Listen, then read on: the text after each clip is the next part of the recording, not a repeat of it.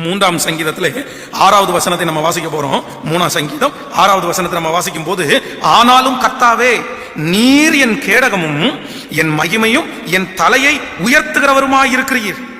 6வது வசனம். 5வது வசனம், நான் படுத்து நித்திரை செய்தேன், விழித்துக் கொண்டேன், கர்த்தர் என்னை தாங்குகிறார். 6வது வசனம், எனக்கு விரோதமாய் சுற்றிலும் படையெடுத்து வருகிற 10,000 பேருக்கு நான் பயப்பட மாட்டேன். சங்கீதக்காரன் ஏன் அப்படின்னா, என் கூட கர்த்தர் இருக்கிறார். எனக்கு விரோதமாய் சுற்றிலும் படையெடுத்து வருகிற 10,000 பேருக்கும் நான் பயப்பட மாட்டேன்.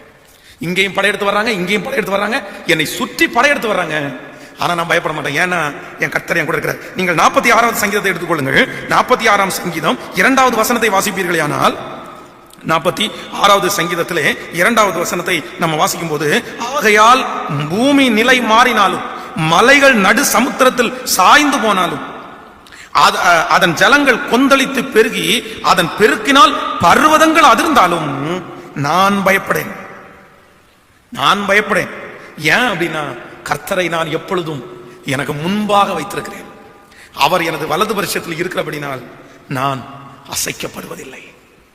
நான் அசைக்கப்படுவதில்லை. எல்லாரும் ஆண்டுடைய சமூகத்தில் தான் சொல்ல போறோம், என் கூட கர்த்தர் இருக்கிறார்.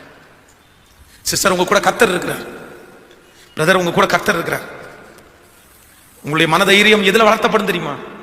கர்த்தர் உங்க கூட இருக்கிறார் என்கிறத நீங்க அடிக்கடி அறிக்கை செய்யுங்க, அடிக்கடி யோசிங்க. என் கூட நீங்க இருக்கிறீங்கப்பா, என் கூட நீங்க இருக்கிறீங்கப்பா. இதை சொன்னீங்கன்னா போதும், நான் நம்புறேன், உங்களை அறியாமலே எவ்வளவு பெரிய சூழ்நிலை வந்தாலும் உங்களுக்குள்ள தைரியம் வரும். என் தேவன் என்னோடு கூட இருக்கிறார்.